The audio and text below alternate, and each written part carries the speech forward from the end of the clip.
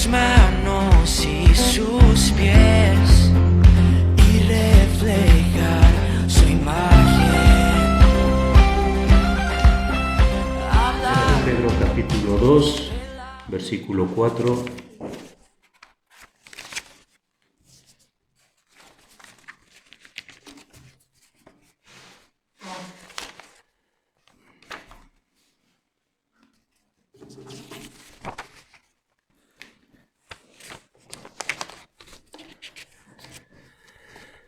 Bueno, he escrito mucho, pero no os preocupéis,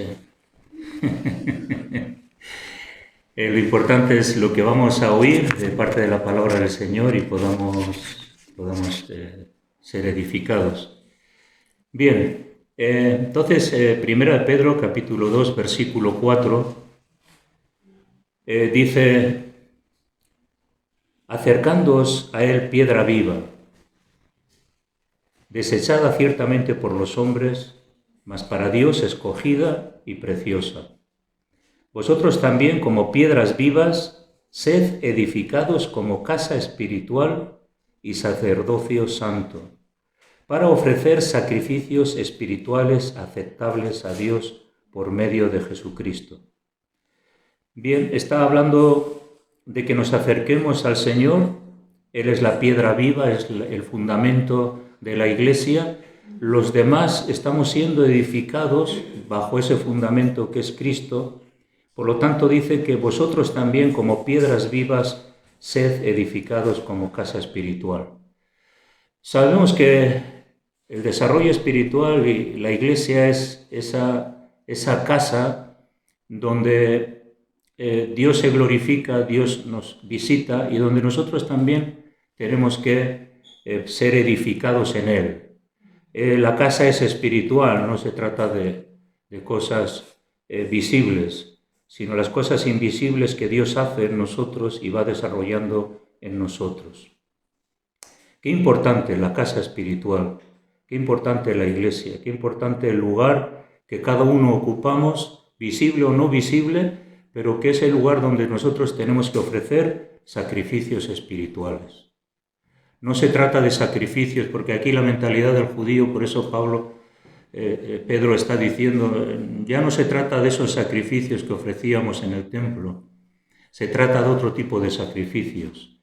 Son sacrificios espirituales, aceptables a Dios por medio de Jesucristo. También sigue diciendo en el versículo 9 del capítulo 2 de este mismo capítulo, sigue hablando del mismo tema, ¿no? Y dice que, mas vosotros sois linaje escogido. Vosotros sois linaje escogido. Real sacerdocio, nación santa, pueblo adquirido por Dios, para que anunciéis las virtudes de aquel que os llamó de las tinieblas a su luz admirable. Vosotros que en otro tiempo no erais pueblo, pero que ahora sois pueblo de Dios, que en otro tiempo no habéis alcanzado misericordia, pero habéis ahora alcanzado misericordia. Qué hermoso, ¿verdad? Este texto que nosotros ahora, el llamado de Dios en la Iglesia, da una serie de representación de lo que eso significa. Por un lado dice que somos linaje. Sabemos que la palabra linaje, si tú la ves en el diccionario, tiene que ver con reyes, tiene que ver con personas importantes, linaje de sangre real, linaje. El mismo pueblo judío sabía cuál era su linaje y que todos venían de Abraham. Nosotros nos podemos perder en 3 o 4 generaciones, ¿no? Pero los judíos sabían de qué linaje era, de la tribu de Leví, de Neftalí, de Zabulón, etcétera, etcétera. Cuando está diciendo esto es que nosotros somos un linaje escogido por Dios. Yo no sé si estás para pensar, pero un día Dios te escogió y te llamó y te dijo, mío eres tú, y tú respondiste, ¿no? Y entraste en ese linaje espiritual. El linaje que tiene que ver con la creación de Dios, ¿no? Tiene que ver con la familia de Dios. Así que no hemos sido engendrados de carne ni de voluntad de varón ni de mujer, sino de Dios.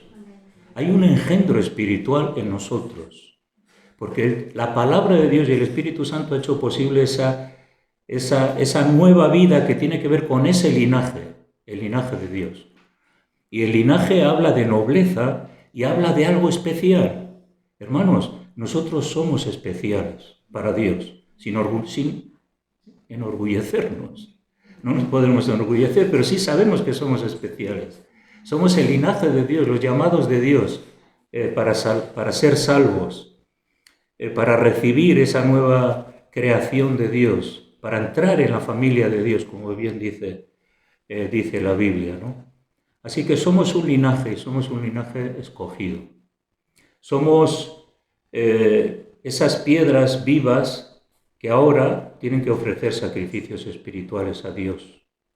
Y tenemos que reconocer que nuestro Padre Celestial es el que nos ha llamado y que nos ha llamado con un propósito, no para solamente contemplarle, sino también nos ha llamado con propósito. Y que Él pueda glorificarse, ¿no?, en ese linaje que es la Iglesia, esa Iglesia que el Señor ha escogido, por la cual Él viene.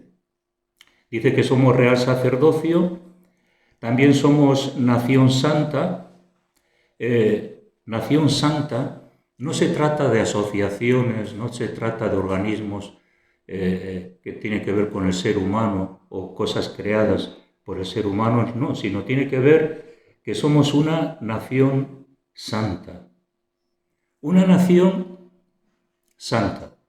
Sabemos que nosotros podemos ser de una nación o podemos ser de otra. Podemos pertenecer a ciertos ámbitos sociales de la nación o a otros, pero sin embargo el llamado de Dios es que nosotros somos nación. Y la nación tiene características. Y tiene normas, y tiene cosas por las cuales identifica a esa nación. Por eso que Dios nos dice que somos nación santa. Somos unos que Dios ha llamado, somos su linaje, estamos desarrollando nuestra vida espiritual en Dios, y la característica de esta nación es la santidad. Entonces, esa característica es algo que nosotros tenemos que promocionar, porque un Dios santo nos ha llamado a una vida santa, somos una nación santa y tenemos que vivir en santidad. Pero somos una nación. ¿Qué significa? Que aquí se diluye todo personalismo, se diluye toda trascendencia que tiene que ver con si yo soy de aquí o yo soy de allá. Es verdad. Mantenemos nuestra idiosincrasia, ¿no?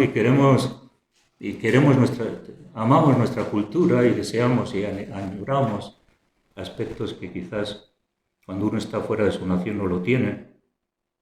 Pero por encima de todo eso, somos nación, tenemos una identidad.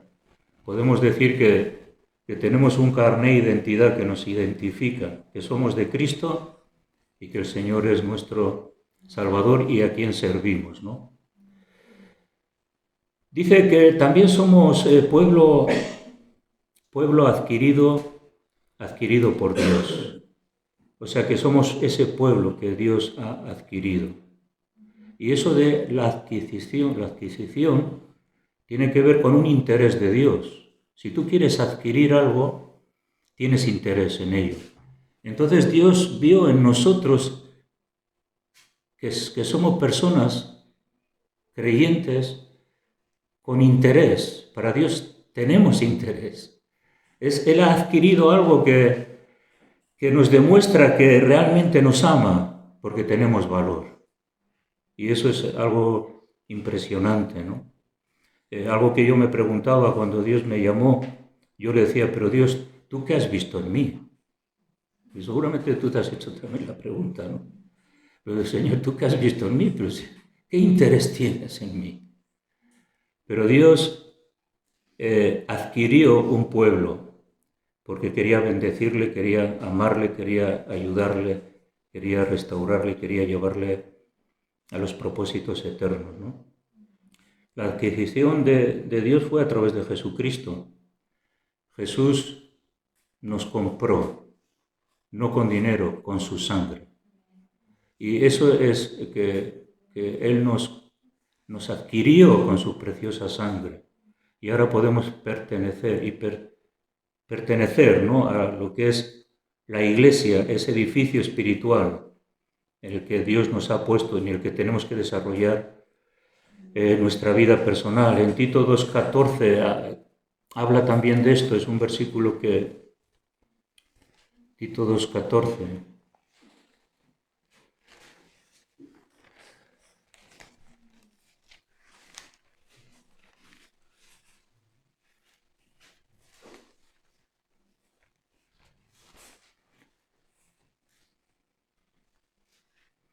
Dice, quien se dio a sí mismo por nosotros para redimirnos de toda iniquidad y purificar para sí un pueblo propio celoso de buenas obras. Así que Él nos redimió, nos sacó de un lugar y nos puso en otro, que es la Iglesia. Ese lugar donde tenemos que ser edificados por Dios y dejarnos edificar y ser casa espiritual para ofrecer estos sacrificios espirituales, como hemos leído, ¿no? Habla de purificar. Cuando uno viene en bruto a la Iglesia, viene con muchas aristas y con muchas deformidades de nuestra vieja pasada, manera de vivir, pero sin embargo el Señor nos va purificando, nos va limpiando, nos va transformando. ¿Para qué? Para reflejar su imagen y glorificar a Dios, ofrecer ese sacrificio de una vida cambiada y transformada por el poder de Dios. Por eso que Él nos redimió de toda iniquidad y nos purificó. Somos un pueblo en el que debemos de ser diferentes, ¿no? También habla de anunciar las virtudes de aquel que nos llamó de las tinieblas a su luz admirable. Tenemos que ser un pueblo que tiene un anuncio, algo que ofrecer y algo que dar, aunque la gente no escuche, pero nosotros tenemos que decir que tenemos un Dios admirable, tenemos un Dios bueno, tenemos un Dios perdonador, un Dios que nos ama, un Dios que ha trascendido nuestra vida, nos ha transformado y nos ha cambiado, un Dios que ha quitado lo malo y ha puesto cosas buenas en nosotros. Tenemos que anunciar, kerigma es la palabra en griego, es un anuncio. Tenemos que anunciar que somos pueblo de Dios, que nuestro estilo de vida y nuestra forma de vivir va de acorde con ese Dios santo, ¿no? Y tenemos que anunciar, porque antes dice que no erais pueblo, pero ahora sois pueblo de Dios. En otro tiempo no habéis alcanzado misericordia, pero ahora habéis alcanzado misericordia. Así que no éramos pueblo y hemos alcanzado la misericordia de Dios. Segunda de Corintios 5:20.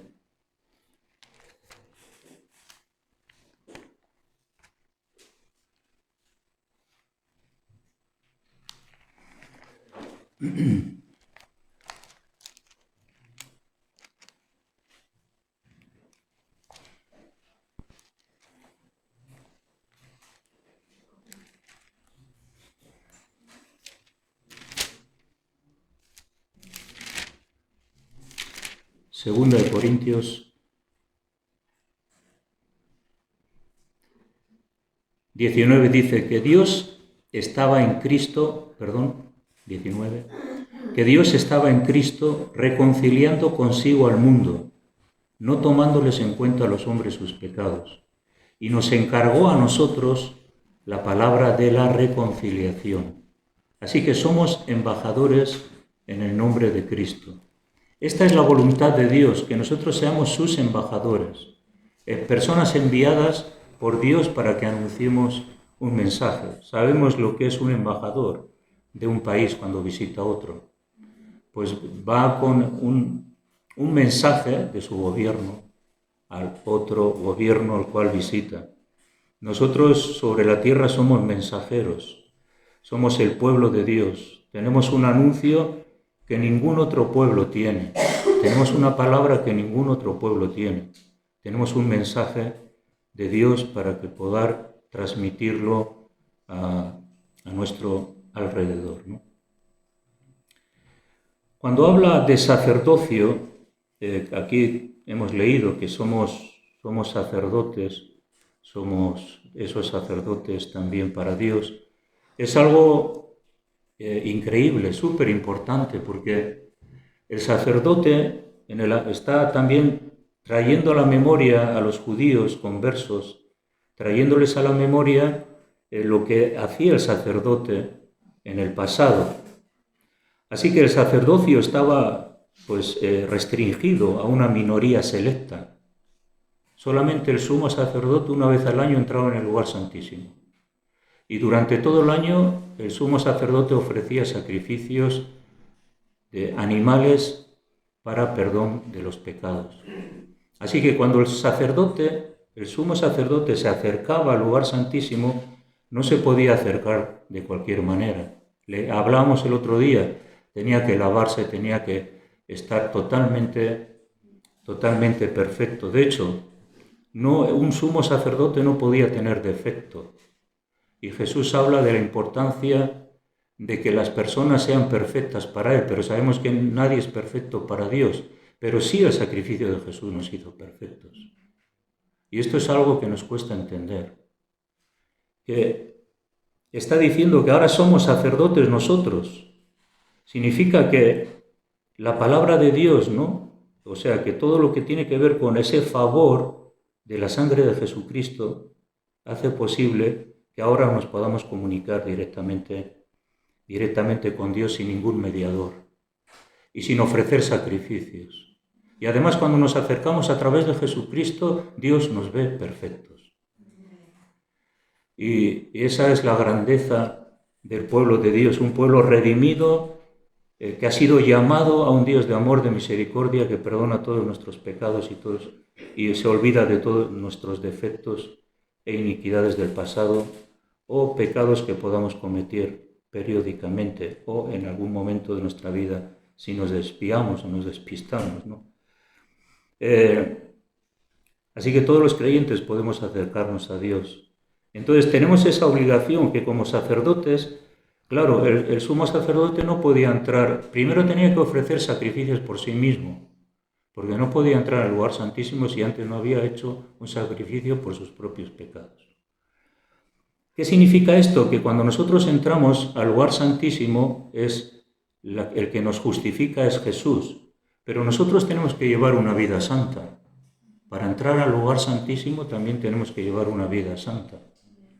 Y en las características de sacerdotes nos dice que vosotros sois sacerdotes, sois un linaje escogido, una nación santa, un pueblo adquirido por Dios, que tenéis un mensaje que anunciar. Pero el Señor está diciendo, pero también sois sacerdotes. Y entonces el sacerdote tiene que tiene que llevar una vida santa y lo que veníamos diciendo, ofrecer sacrificios espirituales. Ahora, ¿qué debemos de hacer cuando estamos edificándonos en la casa de Dios, una casa espiritual? ¿Qué desarrollo tenemos que tener en nuestra vida? Porque algo tenemos que hacer. ¿Qué es ofrecer sacrificios espirituales a Dios? Pues una de las cosas es vivir en obediencia. Eso es un sacrificio. Que tú te esfuerzas para vivir en obediencia en aquel que te llamó y sometes tu vida a aquel que te llamó y no le defraudas. Intenta ser obediente. Y eso sí que es un sacrificio, porque ser obediente a Dios es un esfuerzo. Y Dios nos pide a todos que tengamos ese esfuerzo para Él. Y ese es el esfuerzo que Él pide que tengamos. En Romanos 12, 1, 2 dice que no os conforméis a este mundo, sino renovaos en el espíritu de vuestra mente para que seáis capaces de entender cuál es la buena voluntad de Dios, agradable y perfecta. Así, no adaptarse a este mundo. Serle obedientes. Otro sacrificio, orar y alabar a Dios. Claro que es hermoso, es bonito orar, alabar a Dios, pero cuando te cuesta, cuando estás afanado, cuando no tienes tiempo, cuando tienes que apartar tiempo y dices, joder, qué egoísta soy, en vez de dar tiempo a Dios me lo estoy dando a mí mismo.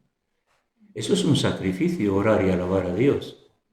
Sabemos que no, en el fondo sabemos que es bueno alabar a Dios, es deleitoso, pero en el devenir de la vida nos damos cuenta que hay momentos en que nos puede costar más y ese es el sacrificio que agrada a Dios. Aunque te cueste, tú alabas a Dios, tú adoras a Dios. Cuando estás deprimido también alabas a Dios. Cuando tienes problemas también. Menudo sacrificio, ¿verdad?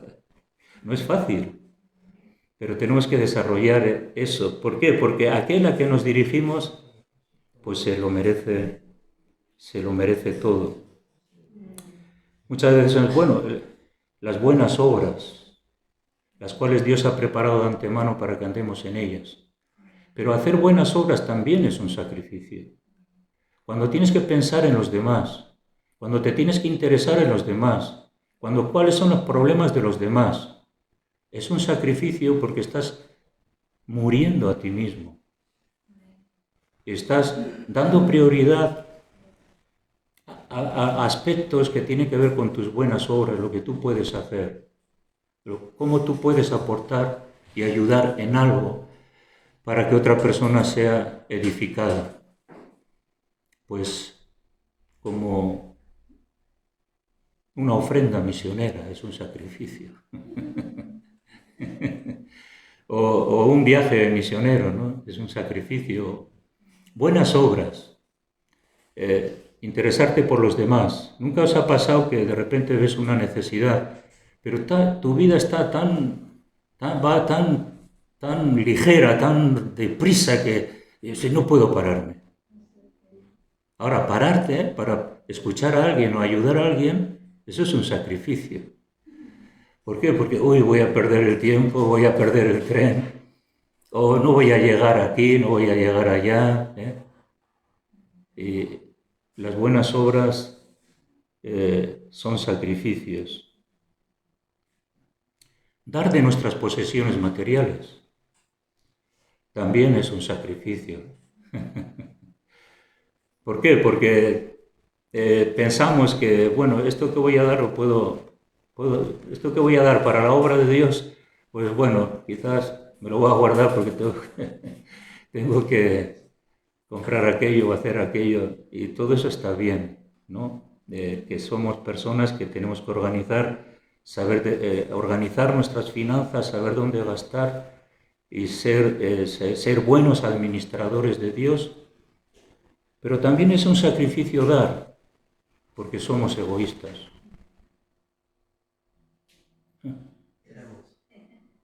Éramos.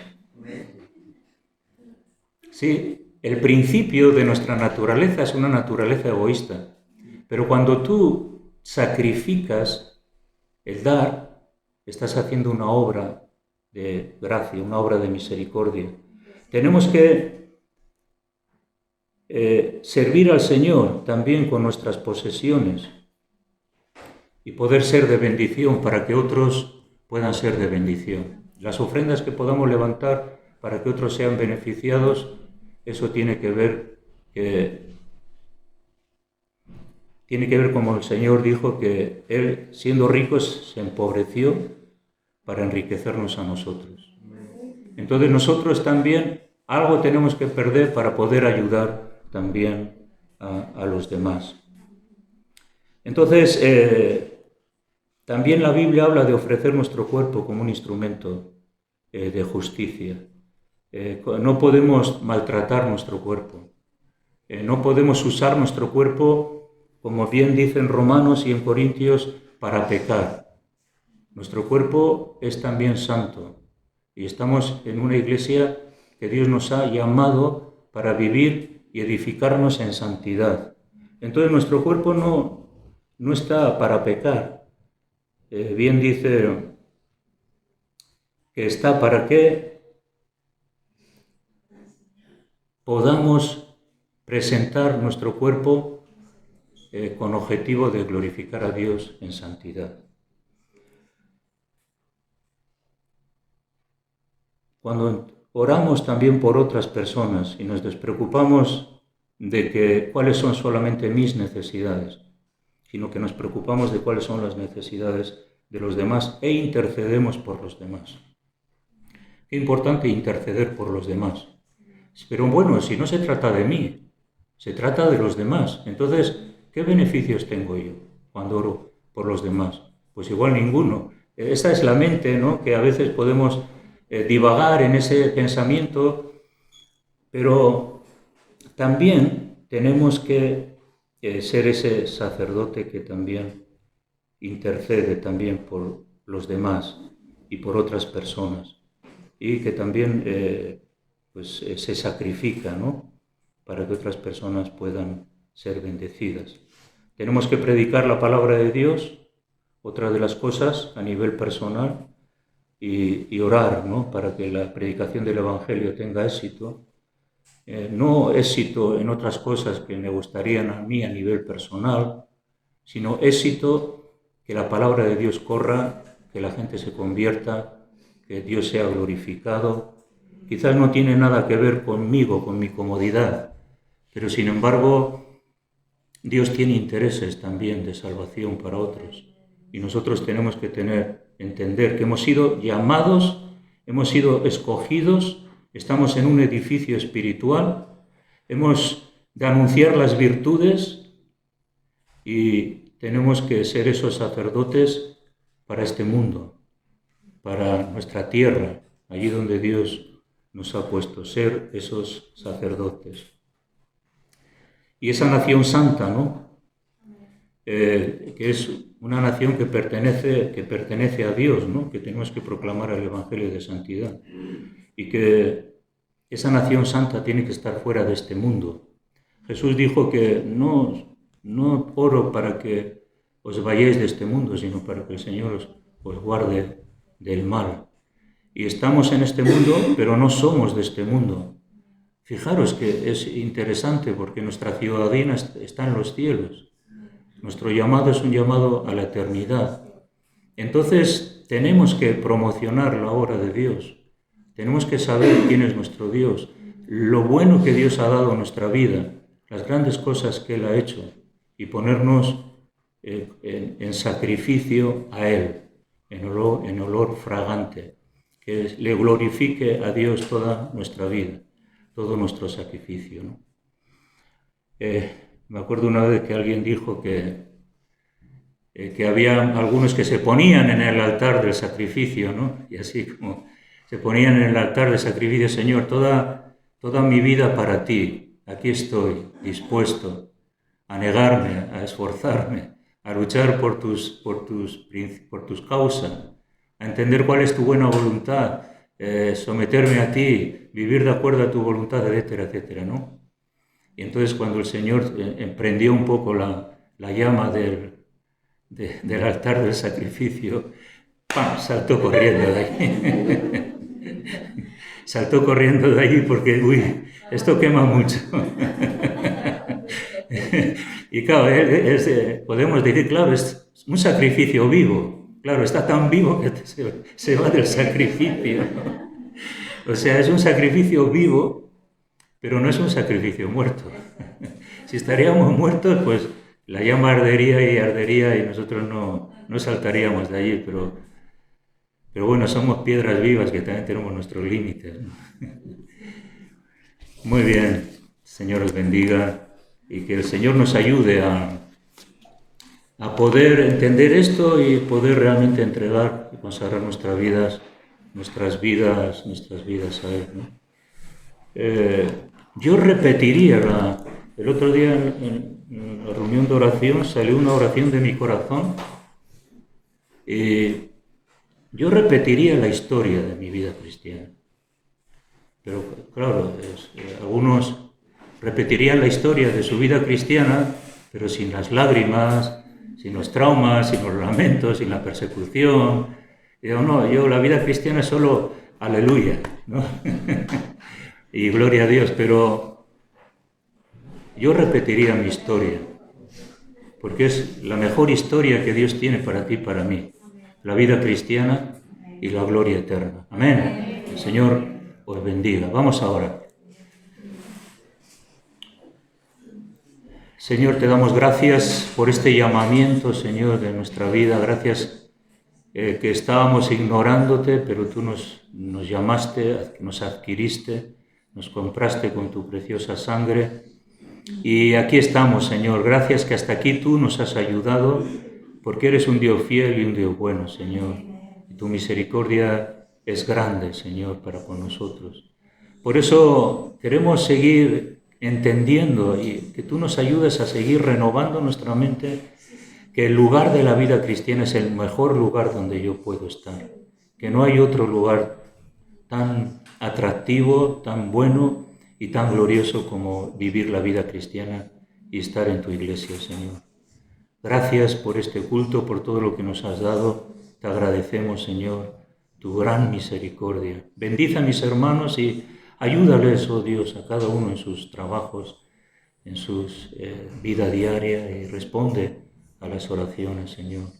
Amén, amén. Muy bien, Señor, os bendiga. Tu poder en nuestra generación.